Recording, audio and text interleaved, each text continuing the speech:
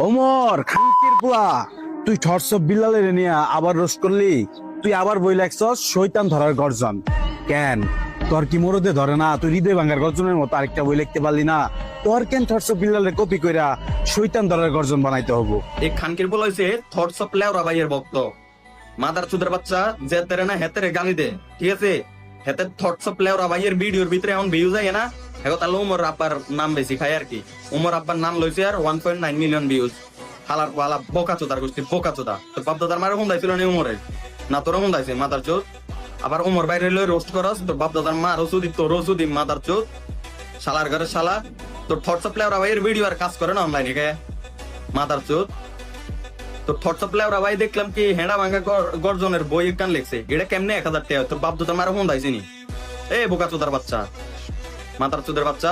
প্রত্যেকটা 36টা ফিস্টার ভিতরে 60টা করে লাইন লেখা। বোকা চোদার গোষ্ঠী, বোকা চোদা। এই বইতাম কেন 1000 টাকা হয়? শালার 150 টাকা দিয়ে এত বড় বই একখান কিনলে এটা সারা বছর হয়ে শেষ করম জানা। মাদার চোদের বাচ্চা, শালা গান্ডটির দলগল। এই থটস অফ লেওরা আইয়া পুরো জেনারেশনটা নষ্ট করে লেছে।